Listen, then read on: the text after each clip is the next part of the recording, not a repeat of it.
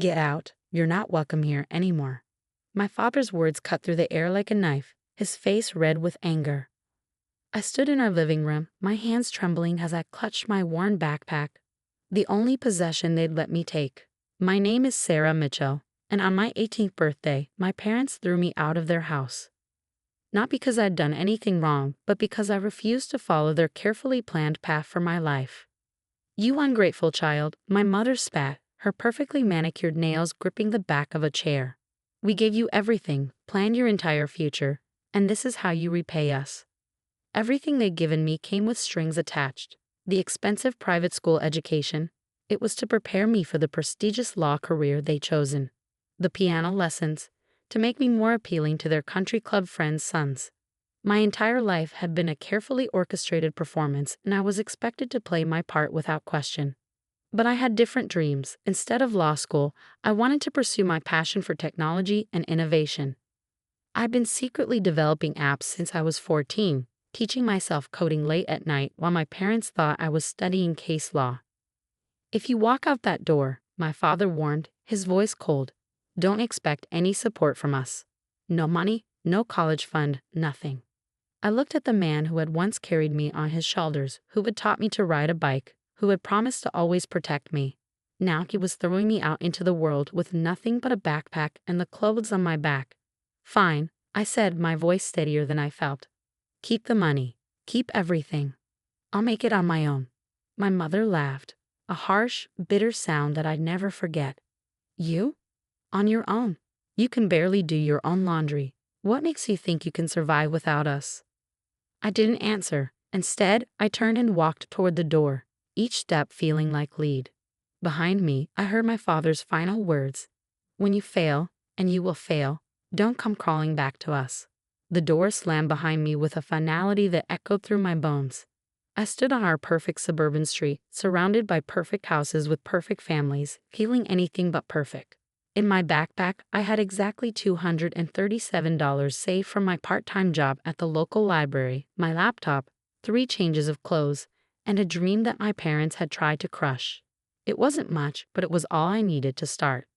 That first night, I slept in a 24-hour cafe, buying small cups of coffee every few hours to justify my presence. The barista, Mike, must have sensed something was wrong because he kept refilling my cup without charging me. Rough night? He asked during his break, sliding into the booth across from me. I nodded, not trusting myself to speak without breaking down. My laptop was open in front of me, lines of code filling the screen. My escape, my future. What are you working on? He asked, genuinely curious. For the first time that day, I felt a spark of excitement. It's an app, I explained, my voice growing stronger. It helps small businesses manage their inventory and customer relationships. Most existing solutions are too expensive or complicated for small shops. But this, I turned the screen to show him the interface I'd designed. Mike's eyes widened. This could actually help us here. Our inventory system is a nightmare. That conversation was the beginning of everything. Mike introduced me to the cafe owner, Sarah, who not only became my first client but also offered me a job in a small room above the cafe in exchange for helping her modernize her business. I worked during the day serving coffee and learning everything I could about how small businesses operated. At night, I coded, refining my app based on the real-world problems I observed. Sarah's cafe became my testing ground, and every success, every failure taught me something new. Word spread through the local business community. The vintage clothing store 2 doors down wanted my help. Then the bookshop across the street. Soon, I had a small but growing client base. 6 months after being thrown out, I registered my company, Smart Biz Solutions. The registration fee took almost all my savings, but I didn't care. This was my declaration of independence. A year passed. My app evolved based on user feedback. I hired my first employee, a college student named Jamie who was brilliant at customer support. We worked out of the cafe's back room, surrounded by the smell of coffee and the sound of customers. Then came the turning point. A local business magazine did a small feature on how my app was helping transform small businesses in the area. It wasn't much, just a half-page article with a grainy photo, but it caught the attention of a Silicon Valley investor. Marcus Chen walked into the cafe on a Tuesday morning, ordered a cappuccino, and changed my life. He wasn't what I expected a venture capitalist to look like, wearing jeans and a faded t-shirt, but his questions were sharp and precise. Your app solves a real problem, he said after an hour of discussion, but you're thinking too small. This could help millions of small businesses worldwide. He offered to invest $500,000 for a 10% stake in my company. It was more money than I ever seen, but I didn't accept immediately. Instead, I negotiated, something my parents would never have believed I could do. 5%, I countered, and I want access to your network of mentors. Marcus smiled, a glimmer of respect in his eyes. 7% mentorship, and I'll help you set up proper offices. We shook hands over coffee cups, and SmartBiz Solutions entered its next phase. Real offices, a growing team, and a product that was finally ready to scale. The next 3 years were a blur of growth, challenges, and learning. Every mistake taught me something. Every success pushed me to aim higher. My team grew from just Jamie to 50 people, then 100. We expanded internationally, translating our app into 12 languages. I never forgot where I came from. The cafe remained our unofficial meeting spot, and I made sure Sarah always had the latest version of our software for free. Mike became our head of customer experience. His understanding of small business needs proved invaluable. By my 23rd birthday, SmartBiz Solutions was valued at $15 million. We had offices in 3 countries and over 500 employees. The small app I'd started coding in my bedroom had evolved into a comprehensive platform used by thousands of businesses worldwide. But success brought unexpected challenges.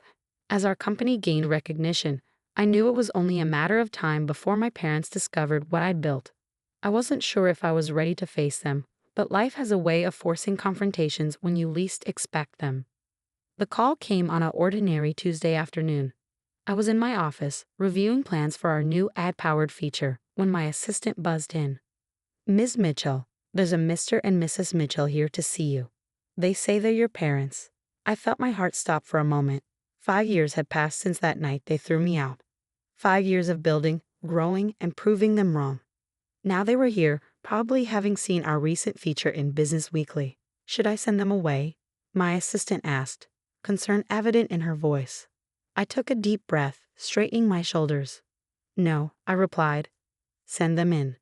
As I waited for the door to open, I glanced at the wall of photos behind my desk. Pictures of my team, our company events, the faces of the family I'd chosen for myself.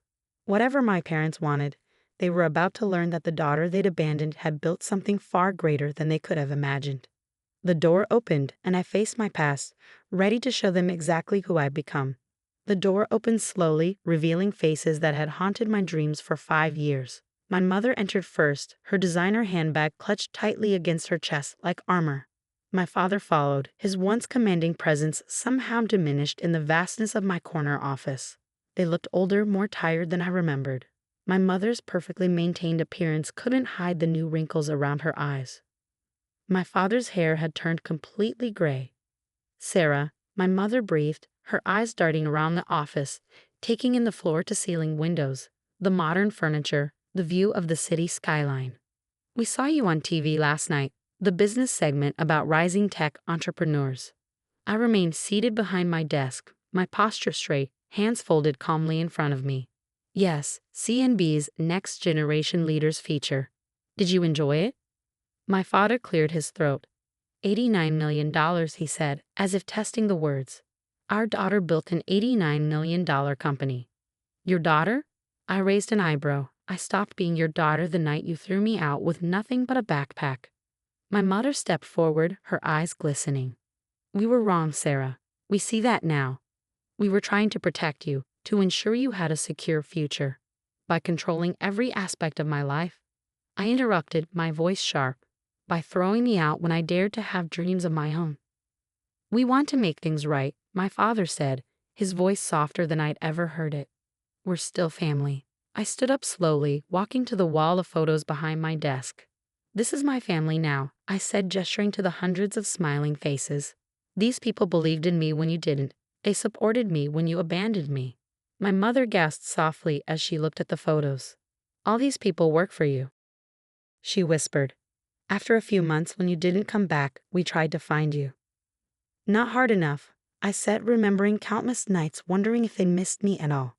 I was working at Sarah's cafe the whole time, just 20 minutes from our house. You never came. We were wrong, my father admitted, his voice breaking. We were so focused on the life we wanted for you, we couldn't see the amazing life you could build for yourself. I walked to the window, looking out at the city where I built my empire from nothing. Do you know what I learned after you threw me out? I learned that family isn't about blood or obligation. It's about choice. It's about standing by someone when they need you most. I turned back to face them. Every person in those photos on my wall. They chose to be part of this journey. They believe in our mission to help small businesses thrive. They work harder than any law degree could have made me work. And they do it because they believe in something bigger than themselves. Jamie stepped forward. Sarah doesn't just run this company, he said, his voice firm. She transformed it into a community. When Ben in accounting needed help with his mom's medical bills, she set up a company emergency fund. When Maria in development had her baby, Sarah created our industry-leading parental leave policy. My mother was crying openly now. We didn't know. We never imagined. No, I agreed. You never did imagine I could be more than what you planned for me. But here I am. I walked to my desk and picked up a frame. The only personal photo I kept there. It showed me with Mike and Sarah from the cafe, taken the day we launched our first official version of SmartBiz Solutions. These people, I said, showing them the photo, gave me a chance when I had nothing. They became my family when you decided I wasn't worth keeping in yours. My father reached for the frame with trembling hands. Sarah, please, give us a chance to make things right. We could be a family again. I took the photo back, replacing it carefully on my desk. I have a board meeting in 10 minutes. My team is presenting our expansion plans for Asia. We're projecting to help over 1 million small businesses by next year. Of course, my mother stood up, smoothing her dress nervously. Could we maybe have dinner sometime? Talk properly? I looked at them, really looked at them. The parents who had once seemed so powerful, so absolute in their authority, now appeared small and uncertain in my world. I have dinner with my leadership team every Thursday at Sarah's Cafe, I said finally, the place where my real journey began. If you want to understand who I am now, that's where you'll find me. They nodded, understanding the significance. As they turned to leave, my father paused at the door. We're proud of you, Sarah, he said softly, even though we have no right to be. After they left, Jamie stayed, watching me carefully. You okay? I smiled, feeling lighter than I had in years. You know what? I really am. They came here expecting to find their little girl, someone they could still control. Instead, they found me. Jamie grinned. They found a badass CEO who built an empire from nothing. No, I corrected him, gesturing to our wall of photos. We built an empire. All of us. That evening, I walked into Sarah's cafe for our regular Thursday dinner. The familiar smell of coffee and freshly baked cookies wrapped around me like a warm hug. My leadership team, my chosen family, was already there, laptops open, arguing good-naturedly about market strategies. Mike was behind the counter, still making the best cappuccino in the city. Sarah was teaching our newest intern how to properly clean the espresso machine, just like she'd once taught me. As I took my usual seat, I noticed 2 figures standing uncertainly outside the cafe's window. My parents, dressed more casually than I'd ever seen them, clearly debating whether to come in. I caught Sarah's eye, and she nodded in understanding. She went to the door and opened it wide. Welcome to Sarah's Cafe, she said warmly. Your daughter has told us so much about you. As my parents stepped into the cafe where their abandoned daughter had begun her journey to success, I realized something profound. Sometimes the family you choose becomes more real than the family you're born into. And sometimes the best revenge isn't about proving others wrong. It's about proving yourself right. My empire wasn't built on the foundation of the prestigious law career they planned for me. It was built on coffee-fueled coding sessions, on faith when no one else believed, on the collective dreams of 1,200 people who chose to be part of something bigger than themselves. That's what my parents saw on TV, and that's what finally brought them back. Not the $89 million valuation, but the undeniable evidence that their daughter had built something remarkable. Not despite their abandonment, but because of it. As they hesitantly approached our table, I stood up to make introductions. Everyone, these are my parents. They're here to learn about our family. And in that moment, surrounded by the people who had become my true family, I knew that I had built something far more valuable than just a successful company. I had built a home where everyone belonged exactly as they were. The empire I built wasn't just about business success. It was about creating the accepting, supportive family I had always dreamed of having. And that was worth more than any inheritance my parents could have given me.